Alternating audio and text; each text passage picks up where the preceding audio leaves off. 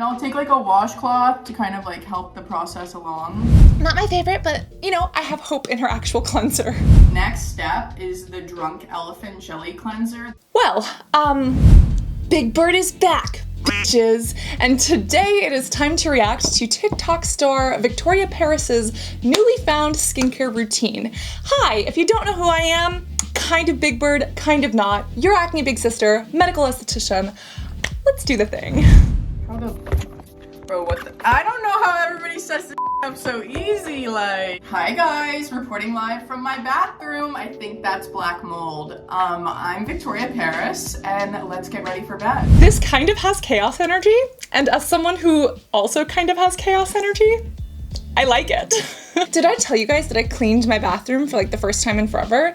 There's a lot of donations, lots of giveaways, and lots of things that I just need to use and stop hoarding. But oh my God, my goal for 2022 is to keep the bathroom organized this way. I have some confessions to make. My followers know that for my ripe 22 years of living, I did not wash my face. I've always wanted to invest in my own skincare routine. I need to like put my hair back because like I do wash my face. I don't wash my hair regularly because I'm lazy. I mean, I do wash my hair, just not every night. So like this full routine, start to finish, I think is like 9 products.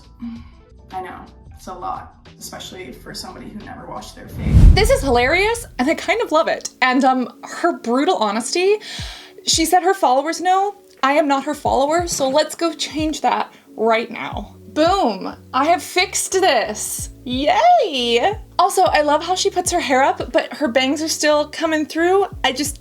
The logic, it doesn't make sense, but we're gonna find out what's going on. First thing I'm gonna do is double cleanse because I have makeup on and that needs to come off. Okay, you see it? This is what I use right here. This melts the makeup off. It's the Farmacy Clearly Clean Makeup Melt Away Cleansing Balm. It has like this little spatula. You just like go in and just like that. Kind of like coconut oil. I take like a spatula full of the cleansing balm and I put it in my hand like so. And kind of rub it together. Kind of like this, just rub it all around, you know. It turns in, oh, I look good. It turns into this like oily consistency, like so. And then, you know, you go into the sink. And you know, this is gonna be on the internet forever. All of this, I love this. And I love cleansing balms that melt down like this and, you know, that kind of turn into that milky texture. It looks like the one that she's using is the Clearly Clean Cleansing Balm. This one actually has some mild exfoliants in it. And I haven't tried a ton of Farmacy because a lot of their products have honey in them, which is something that I don't personally use. But this one actually looks relatively good. It's inexpensive. It does have this Papaya enzyme, which does help to gently exfoliate, which is great in a cleanser. The moringa seed looks pretty good. It does look relatively basic. You know, with some of this ginger, lime, and bergamot and orange, I would be careful. You know, if anyone's sensitive to fragrance, and knowing that I am a little bit more sensitive to citrus, I would be a little bit weary with this. The ones that I love are the INKEY List Oat Cleansing Balm, the Heimish All Clean Balm. Even the Papaya one from Glow Recipe is fantastic, but this Farmacy one doesn't look bad. The question is, how is it going to actually remove this makeup of hers? And I'll take like a washcloth to kind of like help the process along. Well, the ingredients look good, but this is just testament that you can't always judge a product solely by the ingredients because you don't know the formulation or how it works or anything else. You know, there's a lot more that goes into cosmetic chemistry. Based on her beautiful face, it looked a little bit raccoonish, and I don't believe that the cleansing balm really got rid of all that makeup. And then little tug with the washcloth, not good for the delicate eye area, but have I done it? Have you done it? Have we all done it? Of course we have. Not my favorite, but you know, I have hope in her actual cleanser. Next step is the Drunk Elephant Jelly Cleanser. This is the second part of the double cleanse. I just put this on like, words are escaping me. I put it on this, like so, like this, yes. And then you can kind of, and then I kind of work it in all over. This gets like all that grime that's like in my pores that the first cleanse didn't get out. And then I'm gonna wet that and wash it again. Oh, the pain of Drunk Elephant. We have an entire video on why Drunk Elephant is no longer supported. Even Hiram has a video on why Drunk Elephant is not supported. And we have some Drunk Elephant dupes, but there are some products like this jelly cleanser that seem to be a bit newer. Let's look at the actual ingredients of this. Let's try to take a peek at what we've got here and see how this is looking. It's not going to be in my cart anytime soon, but for $32, it doesn't look like it's breaking the bank. The one thing that frustrates me still to this day about Drunk Elephant is that they say that you have to use their products and only theirs, and then, you know, people were being like attacked by the founder or a social media person on Instagram, allegedly, right? That's just not chill. Like, that's not chill.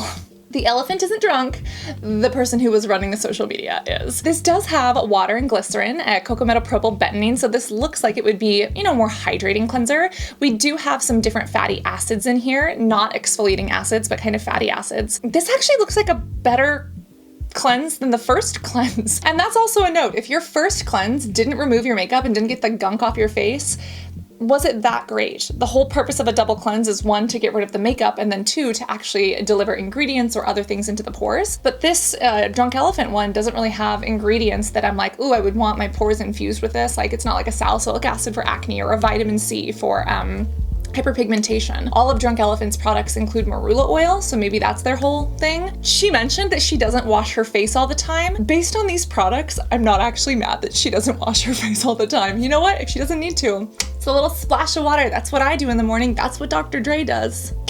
Just saying.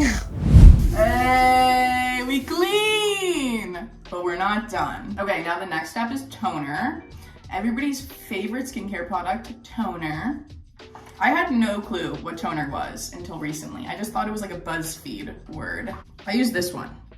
The lady said it was good, so I got this one. It's the Dr. Andrew Wheel for Origins Mega Mushroom Relief. And resilience, because I need resilience. Yeah. I need resilience, I need patience, I need tenacity, I need money to spend on freaking mushroom origins type products. She said that the lady said it was good. Who here else purchases things just because like the salesperson said it was good, and then you take it home and you're like, maybe that worked for you, but it doesn't for me. It's like dish soap in the 3rd grade. Might work for you, but not for me, Megan. But yet I grow up and I still just listen to the people at Sephora and Origins and whatever who try to tell me what's good for me when they don't know my skin. Which, arguably, she hasn't shared with us what her skin type is either. So is this good for her pores? Is this not? I don't actually know. Let's take a look at the ingredients and see what we can find. This one does not cost as much as I thought it would. Origins is one of those brands that looks eco-friendly and recyclable and cruelty-free, but they're really not. So they're not getting my money, but this does say it's a soothing treatment lotion. So let's see what is inside of it.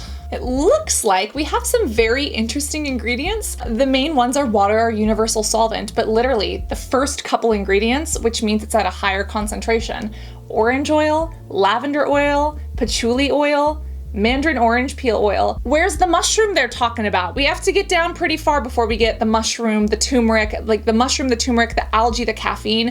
Those are good. But seeing as this is supposed to be like a balancing, nourishing, those citrus things sound like a disaster for my face. Like, you know, angry orange? My face would be an angry orange. It would be an angry red tomato if I used this. But this is also testament to why my skin is not hers and maybe what she needs is different. Based on the ingredients, I don't think this is magical. There are definitely other toners like the Pyunkang Mule that I think would work better. It also depends on what you're trying to treat. Is it acne, hyperpigmentation, wrinkles, sun damage? What is it? I do like that we have mushroom in here. That could be really good, could be really hydrating. It also looks like we do have hyaluronic acid and red algae, some sugar cane, so, you know, hydrating, but like super soothing.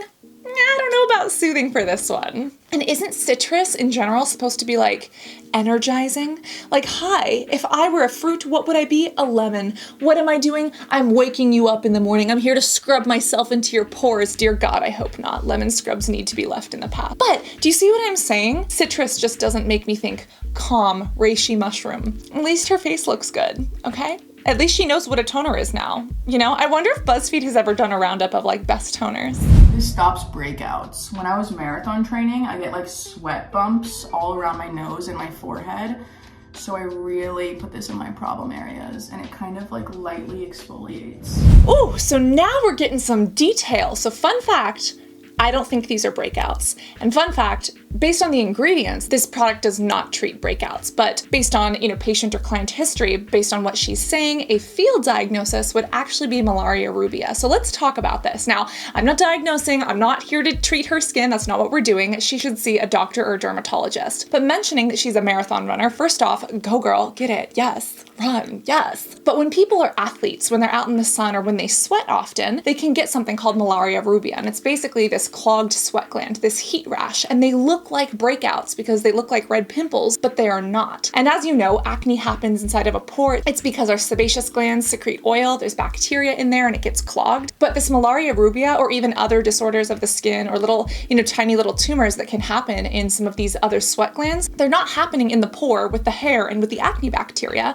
They're actually happening in the sudoriferous glands, which is a completely different structure. And a lot of people confuse malaria rubia or heat rash, or this like sweat rash, with actual acne. So this product does not treat acne based on the ingredients. If someone's not using skincare at all and they start using this toner, like maybe their skin will improve if they do have acne. But really, I have a feeling that this is somehow helping to calm down or cool down those little heat rash spots, if that is indeed what it is. And that's why she would be seeing relief. But this is also why, just because it's a raised pimple-like structure doesn't mean that it's actually a pimple. It doesn't mean it's acne, right? A pimple is different than a pustule, which is different than a wheal, which is different than a cyst. But to most people, or for people who are just, chilling on Reddit or Google, it often looks like, oh, it's just acne. And that's why it can be so difficult to treat. But hey, I'm so happy that this works for her. I hope that she sees a dermatologist and actually gets a diagnosis and maybe shares that with us on TikTok. First off, she's awesome. I don't know who she is, but I really want to get to know her because I feel like she and I could have a very good time drinking hot caffeinated beverages together. Next is our hyaluronic acid, which is also everybody's favorite skincare product. So the hyaluronic acid I use is the Dr. Dennis Gross Hyaluronic Marine Hydration Booster. I just take it and I put it on my fingers. I should have washed my hands before I started this video. We're too deep in it, We're too deep in it. We just are gonna we'll act like that never happened. But if you're gonna do this routine, you should wash your hands before. And I just pat it in for hydration. Stay hydrated. Yes, always stay hydrated. And you know what? I like that she's using this. Dr. Dennis Gross has some really good skincare products. I feel like I've looked at this one before. This one is expensive and it has some very interesting claims. It's specifically the Marine Hydration Booster. What's interesting about the serum is that the first ingredient is not water or universal solvent. It's actually this evening primrose flower/leaf extract, which probably has some phytonutrients in it and probably has some sugars or some carbohydrates that actually hold on to water to make this hydrating, which is what it claims to do. We then have water, glycerin. We do have different extracts. We do have some saccharides. We have some yucca root extract, some cucumber. We actually have ceramides AP, MP, and EOP. Watermelon. This actually looks really good. We do have some different cholesterol. It looks like this is vegan and cruelty-free. Now this does have fragrance. Again, if you're super sensitive, don't do this, but she doesn't look like she's reacting to fragrance. It is expensive. There are other hyaluronic acid things that I think are less expensive, but this is one that I feel like I would actually add to cart. Should I add this to cart? Should we test this? I love that she's using this on her dry patches because yeah, this looks like it should work for a dry patch. I honestly had this mindset that I would just get a lot of Botox and I would never get wrinkles. And then my face got frozen. The next thing I use is the Dermalogica. This is their Biolumin-C serum. It's like a vitamin C serum. And then I put it on my hands again and just pat it in. Ugh. This smells so good. This is what makes me look so glowy.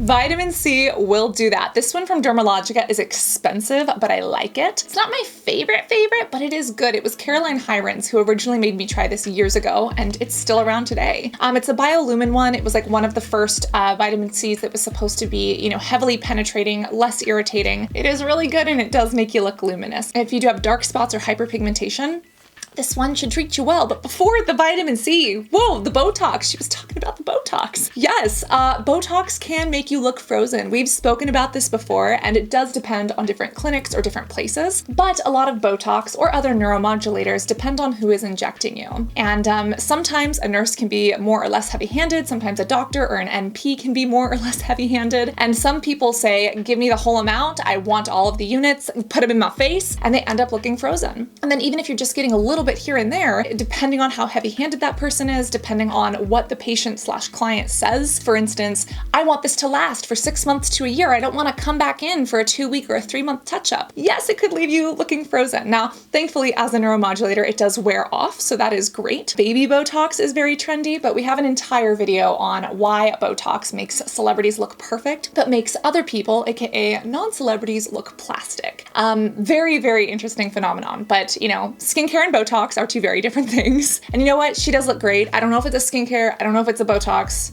I don't know if it's the vitamin C, but Dermalogica recently launched a follow-up to that vitamin C luminizer, the serum. They launched a moisturizer version of it, which I'm very much excited to get my hands on and to let that sink into my pores. Oh my god, I forgot I have an ice roller. I just got one of these and I'm obsessed with it. I don't know if it's like placebo, but I really like it. It makes me feel like my face like isn't as puffy, I guess. I use this whenever. Like in the morning, at night, before skincare, after skincare, like it just feels good. Just makes me feel good, you know? I am officially buying one of these. Shay Mitchell uses this. She uses this. It's not ridiculously expensive. I am so interested in getting one of these. I need to get my hands on this. I am so excited. I've been wanting to try one of these. These are much safer than just shoving ice on your face. We've spoken about that. You don't want to get frostnip. You don't want to damage your tissues. You don't want to cause, you know, little bursts in your blood vessels and redness and irritation. Do not put ice directly on your face, just the way you wouldn't put ice directly on, you know, your arm if you broke it. You would put a towel down or you would have a barrier in between. That is why we love these tools. This tool needs to get added to my cart. I'm gonna test this and try this so that you don't have to, so that I can tell you whether or not it's worth buying, because I have heard so many people rant and rave about these. And you know what? She's right. You use it whenever you want to. This looks like she's having fun. I'm having fun watching her have fun. But yeah, like the vitamin C serum helps like brighten, and then I don't get any dark spots, and it smells good. For eye cream, I use the Shiseido wrinkle smoothing eye cream because I do have a lot of eye wrinkles. I just put a little bit on my finger, and then I take my ring finger and I work it. I make her work. Shiseido. She says no to Shiseido, but that's a personal preference. Shiseido just feels like it's like a nice gift that I would get one of my grandmother's friends. You know what I'm saying? Shiseido, I don't know. I feel like they don't innovate as much anymore. They do have some interesting ingredients. I don't know if they don't feel like they market them very well. Some of their sunscreens are great, but as a cruelty-free person, it's just, I'm not their target demographic. The way she's using her ring fingers is great. I would argue that this right here is depuffing her eyes more than this eye cream. Now, she did mention that she is using this eye cream for under eye wrinkles. Now, that is her anatomy, or so it appears to be. You cannot change anatomy with an eye cream. Eye creams are overpriced moisturizers, and I have literally vomited those words all over the internet, and it pisses some people off. People just want to defend their eye creams. And listen, if you like your eye cream, keep using it. There are a couple that I recommend, but this one is not one of them. Let's look at the ingredients. If it has a retinoid, if it has something anti-aging about it, if it has something collagen boosting that could actually help, you know, with wrinkles, then I will give credit where credit is due. But I don't believe that's the case here. And was I right, or was I right? This does have some caffeine and some turmeric, which is not bad, but overall the answer is no. And what they're saying is anti-aging is this Renura technology and this kombu bounce complex. I don't understand. Someone's gonna have to explain how these patented ingredients are better than retinoids to me. Maybe they're less irritating for around the eye areas, but the $68 that I see when I look at this, which is basically, look at this, water, hydrogenated polydeucine, glycerin, mineral oil, petrolatum, butylene glycol, paraffin. This is basically, take some glycerin and mineral oil that you get from like CVS, mix it with some Vaseline, and then like sprinkle a couple little potentially anti-aging things on it and like put it in a fancy bottle. That is what this is with fragrance. No. I want to know from her, does this thing actually work? Or if she put her Biolumin-C, would that brighten her under eyes? And if she used a retinoid under there, would it be better? That's what I'm saying. I'm glad she likes it, but this is not something that would be on my recommended list. Low key, also, I was never into skincare because I was a broke college kid and all this stuff is so expensive. Like, who has the money? Who has the money for a 9-step skincare routine? Apparently me now, which I'm very grateful for, but this is a new thing for me. Next step is moisturizing. I use the Dior moisturizer. It's called Capture Totale. I don't know. And I just put this everywhere. I mean, I'll give it to her. It looks like it moisturizes. You guys, what is up with these fashion houses like Dior and Chanel launching skincare and makeup? Like, they are good at fashion. Makeup I could kind of see because of the tie with fashion, but skincare, hygiene, anatomy, physiology, chemistry, medicine, not the same as fashion and makeup whatsoever. And all of these fancy brands are just slapping their names on these. They're charging hundreds of dollars for these products, and they are the most basic private label, put a fragrance in a bottle, literally marking up by 10 to 50 times. There are very, very, very few luxury skincare brands from like traditional luxury designers that are actually worth it, and Dior is not one of them. Does anybody remember the horrific blue eyeshadow palette from Dior? Like, Dior has butchered so many beauty products. I don't understand. Like, stick to perfumes, stick to fashion. Let me look at this. It's $110. The Capture Totale Cell Energy Dior. What is cell energy? Do they have little mitochondria inside of this formula that somehow speak to my mitochondria and stimulate them? Like, what the hell is going on that makes this worth $110? Okay, I rest my case. Water, glycerin, propylene glycol dicaprolate, niacinamide, which is good, alcohol, butylene glycol, this sweet almond oil, shea butter, meadow foam. This is the most basic good that we have niacinamide in it, but it's fragrance and it's regular moisturizer. Okay, we have ceramides. Love to see the ceramides and the soy protein, but you could literally get that for a quarter of the price. Why, Dior? Why? This just looks like the biggest cash grab. You know how these celebrity skincare lines are coming out and they're like the cash grabs of the current beauty industry? Yeah, well, the freaking fashion houses that launched the skincare, they were the original cash grabs of the industry. Dior skincare, no. For her skin, what I would recommend instead, she mentioned that she has some dry patches. She mentioned a little bit of hyperpigmentation. She mentioned that she goes out running. She does marathons. She sounds like an athlete. Something that I would recommend is something that actually boosts up her skin barrier. It sounds like she likes scents. She did mention the sensorial impact of the vitamin C on her. There are some Dermalogica moisturizers that I would recommend. There's a Murad moisturizer that I think she would like. It's that pink one. It's like, 5-day hydration. The Olehenriksen one that literally just launched, it's literally strength trainer for your face. It has ingredients that are actually good, actually moisturizing, and it has like a nice light scent that looks like it would work for her. There are so many moisturizers that are less expensive that I think would be more effective than this. It's ironic that just right after speaking about how expensive skincare is, we're spending $110 on a moisturizer. That is why when you walk into the store and you ask a salesperson, what should I buy? If they're not a licensed esthetician, if they haven't had experience in skincare, if they haven't been trained on multiple brands and multiple skin types properly, which some people are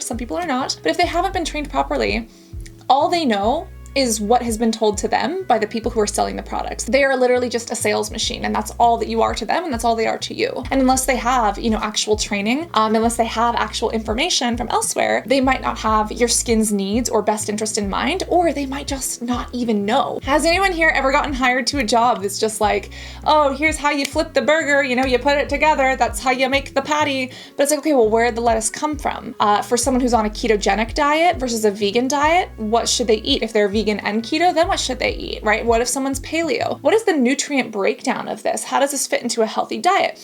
They're not teaching you that unless you're a dietitian or unless you're a nutritionist or someone who works in that field. And we don't go to restaurants, expecting the waiter to know, personal training and dietary needs and things like that. But in skincare, it's the same thing. Why do we expect these salespeople who are kind of like the waiters and the waitresses and the very helpful customer service people? Why are we expecting them to know about our skincare? They're just making recommendations. They're like, oh, you want this? Whereas if we're actually looking to get help with our skin and treat our skin and care for it versus just, oh, I just want a good cleanser, I want something that smells nice, those are two different consumers, right? For that consumer who says, I have a problem, I want to fix it, speak to a doctor, speak to an esthetician, speak to a nurse practitioner, speak to a skincare expert who's studied these kinds of things or was trained properly. So yeah, if you want to know more about my analogy between skincare and the restaurant industry, I have lots and lots of thoughts. And it's my freaking YouTube channel. So I'm glad that you're here to have these discussions and, you know, ponder these thoughts with me. Fun. This one smells so good. I just rub it everywhere on my face. Also, you should put it on your ears. You don't want like wrinkly ears. I saw this video and it was saying that like you shouldn't treat your body like it's a trend. Like us women shouldn't fear aging. We shouldn't fear wrinkles. Like getting old is beautiful. Wear your wrinkles with pride, you know? Like own your face. I love this. I love this. We should have the option to get Botox or fillers or treatments or surgeries or skincare products and lifters and sunscreens if we want to. But we should also know how to love and respect our biology and our beauty just the way it is. And we want to make those beauty choices based on what we want, not based on society. I want to know which video that she's referencing. For some reason, I feel like it's this guy. His name is Imran or Iman. He is amazing. His YouTube channel is phenomenal. He does these breakdowns on like the Kardashians and like beauty standards. I think she's talking about the Barbie one. I could be totally wrong because I have no idea what her feed or algorithm looks like, but I want to know whatever video she is referencing right here because I feel like I need to watch that. And that's all I do. That's my nighttime skincare routine before bed on a good day. It's probably not every day, but I think it's fun to learn and like try things out. And I think that you shouldn't be like intimidated by skincare. I think self-care is like a beautiful thing and we should all take care of ourselves. Just because you maybe didn't wash your face for 22 years doesn't mean you can't start now.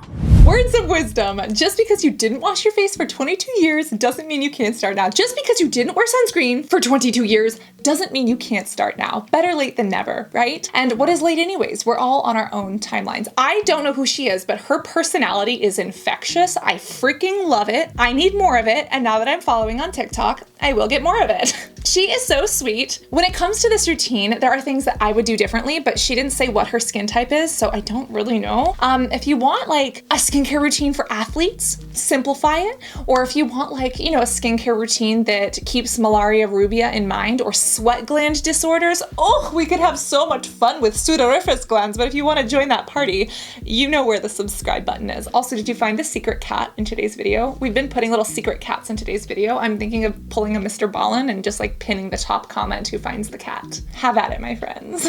Always remember to stay hydrated, even if it's coffee. Make sure that you reapply your SPF and be beautiful both inside and out. This is Big Bird signing out, and I cannot wait to see you in this next video or on TikTok. I'll see you on TikTok. I'll see you on the internet. Love you guys.